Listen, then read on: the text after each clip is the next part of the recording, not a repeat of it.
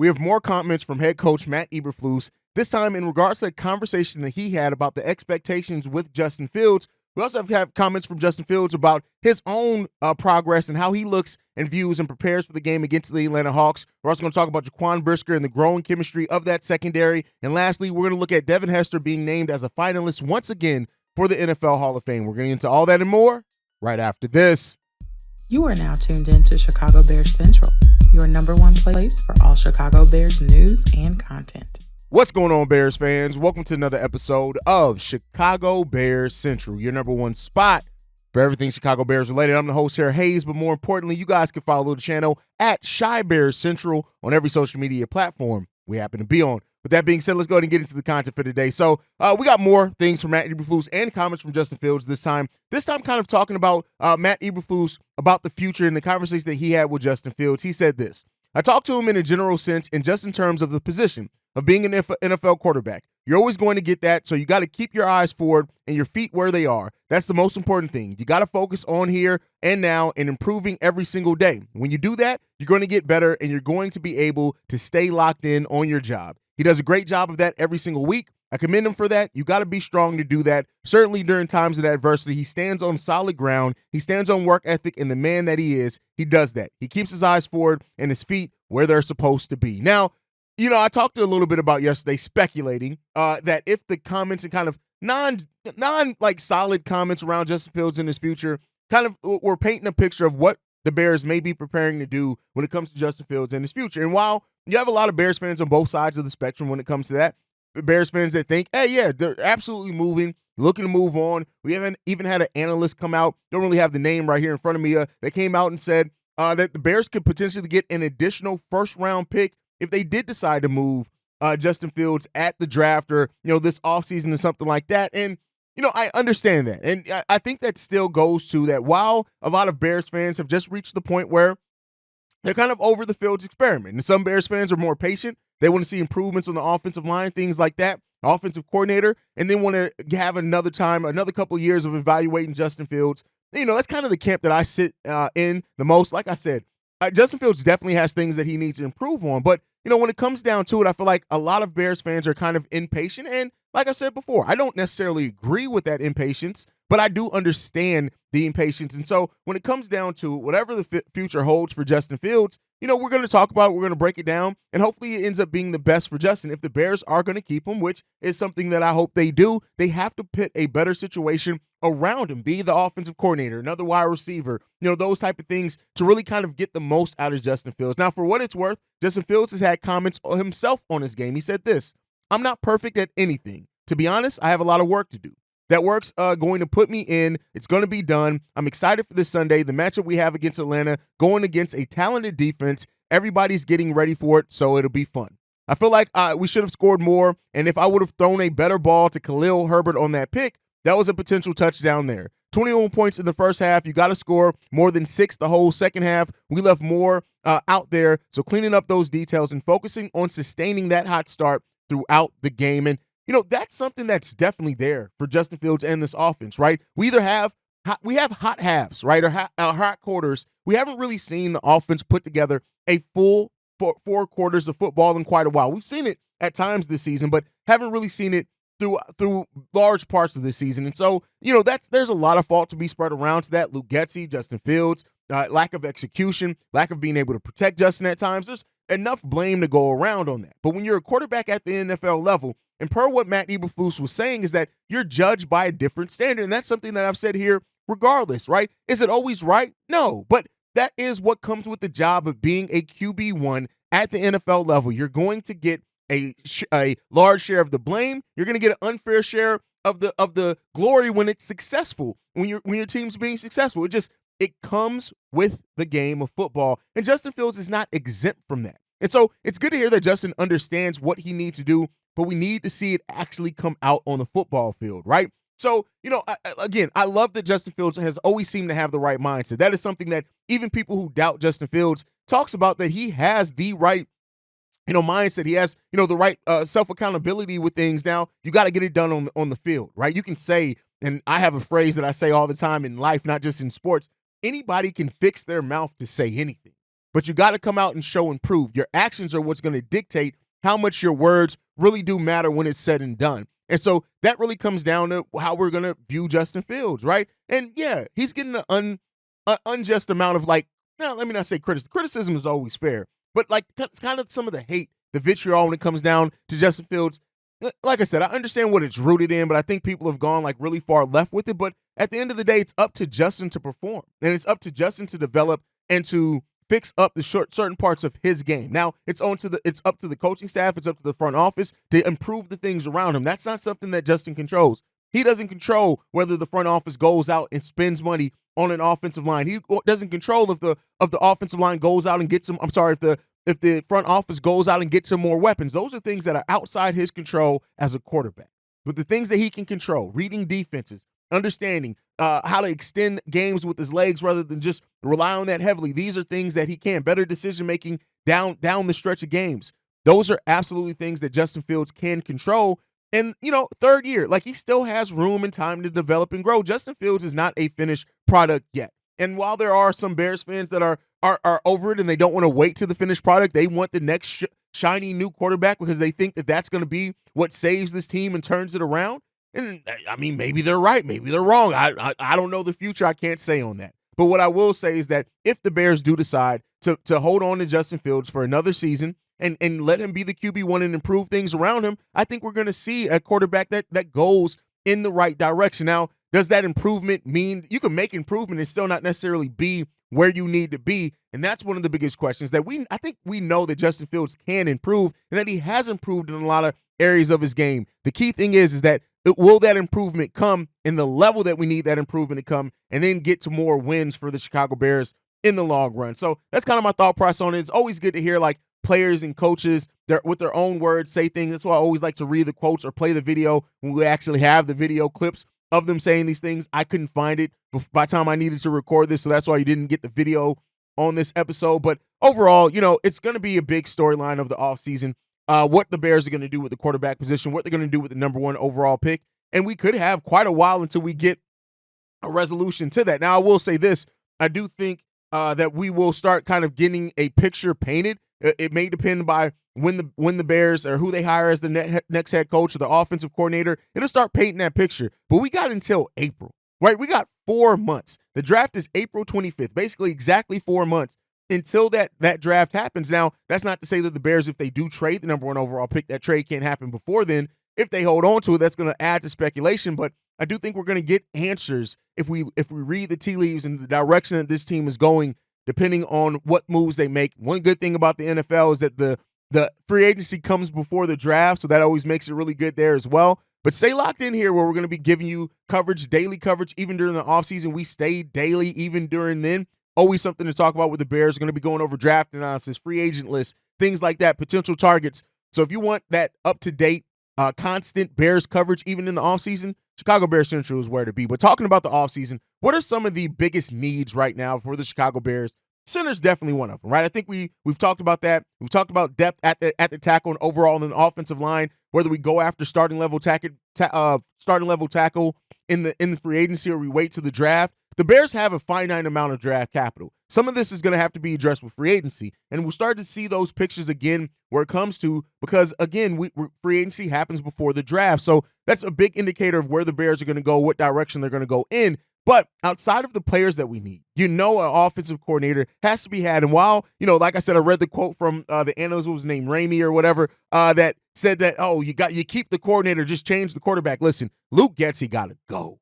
Luke Getsy has to go. And I think that is when that and head coach are one of the most important decisions that the Chicago Bears are going to make. And that's probably the first thing that we're going to get a decision on before the Bears even go into free agency. We're probably going to get that, like I said, shortly after the Super Bowl. What's going to happen with the head coach? What's going to happen with the offensive coordinators? Do not be surprised if 2-3 weeks after the Super Bowl ends and we kind of in that whole era that we then get decisions made on the head coach. So that's one of the most important dominoes to fall, and a lot of things are going to be dictated by how that domino falls for the Chicago Bears this offseason. And then, of course, like we said, the center position, a huge point of need for the Chicago Bears, especially considering they passed up on some really good center prospects in the draft last year. Then you got to look at wide receivers, probably something they're going to really address, especially with, Darnell Mooney not really stepping up. That's not to say maybe they do retain him, depending on if they sign a veteran, they feel like they can get a really good guy in that with their own first round pick or with the first overall pick with the wide receiver.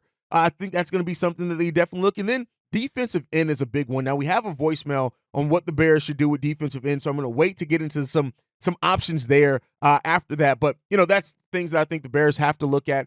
Big positions of need for the Chicago Bears, and we'll see what they do. One thing that isn't a position of need for the Chicago Bears, but they still may have a signing pending that they need to do with it, is the secondary. The Chicago Bears secondary has been on an absolute tear and is growing as health has grown. And, of course, after the addition of Montez Sweat and that pass rush has made things easier on the Chicago Bears secondary. And Jaquan Brisker actually talked about it. He said this: the secondary has been crazy.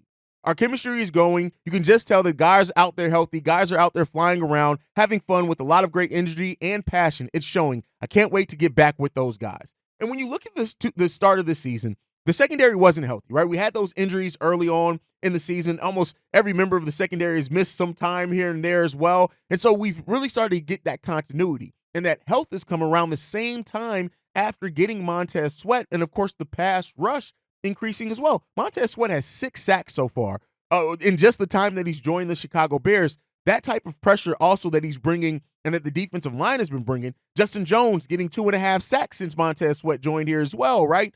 That added pressure has definitely helped the Chicago Bears defense step up big time. And we got a big decision that we need to make in that secondary with Jalen Johnson. But outside of that, you have all young players outside of Eddie Jackson who just are all could potentially grow together over the next handful of years. And I think you do need to figure out something to do with that safety. You have to prepare for life without Eddie Jackson, whether he's moved, whether he's not retained, or you just want to go ahead and draft his possible replacement in the upcoming years. Well, in this draft to replace him in the upcoming years, that's something you also need to look at. But overall, you have the bones of a secondary that's playing extremely well, and that all fit each other really nice. That secondary, I'm not saying Legion of Boom. We got too far to go before we're able to even say anything like that. But I will say this is a hard-hitting defense secondary that all plays within their roles extremely well. They're all natural, just talented players. You got Terrell Smith and Tyreek Stevenson, who in their rookie years have already shown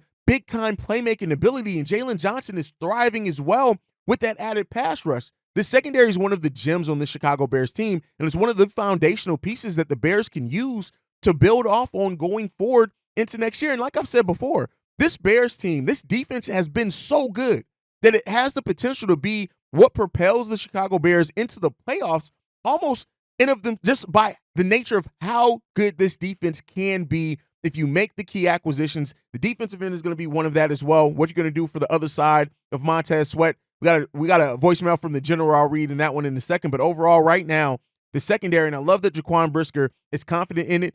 Hopefully we can have a season of relative health next season as well. You're never going to get really 100% healthy season. It just doesn't happen in football. But I think that with the way that the secondary is growing, we have a secondary that is just has so much potential to just be out of this world, man.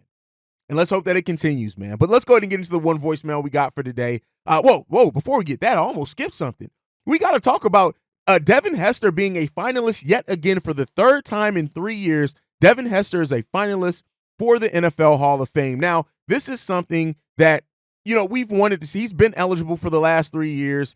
He really transformed, punt and kick returning in a way that it's just amazing. We saw teams try to replicate what Devon Hester did. Devon Hester was such an important part of special teams during that eras in both the 2000s and the 2010s, making all-decade teams. Devon Hester was a monster for the Chicago Bears from 2006 to 2013, and I really do think he deserves to get in the NFL Hall of Fame, and it's long overdue. I understood he probably wasn't going to be a first ballot, and, second special teams has always been something that's kind of been looked at as, and Devon Hester changed it. A lot of ways, Devon Hester, with the level of play that he brought, him and Dante Hall, I believe it was, that's the throwback, I haven't said that name in a while, really transformed the game when it came to special teams. But it all comes back to Devon Hester. And for the impact that he made on something that people just looked at as a kind of given, he made it dynamic. He made you have to worry and think about if you were going to kick it to Devon Hester and where he was going to get that ball, or if he was going to run it back for a touchdown. And he did it at a high level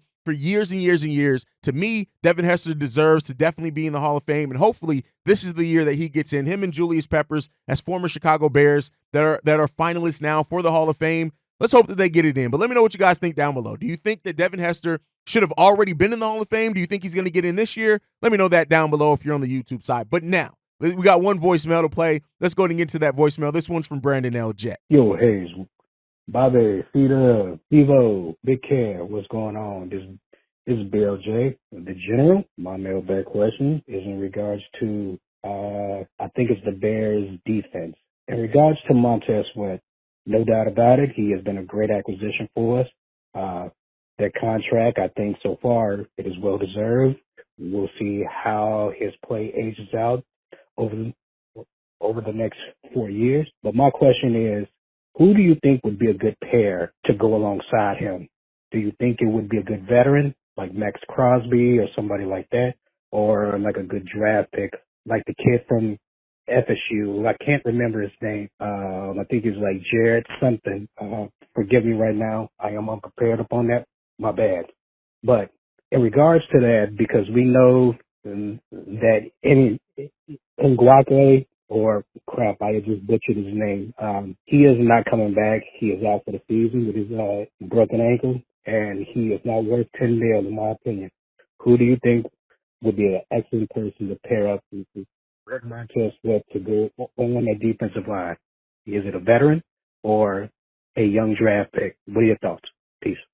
Great question here. And I agree with you. Yannick Ngakoue is not coming back. And I think you have a lot of options. Now, you mentioned Max Crosby, and that's definitely somebody that that the Bears could look to acquire, especially if they end up trading the first overall pick. They'll move down to 10, which is where the Oakland Raiders get. Now, that is a trade that you could potentially get a big haul back from.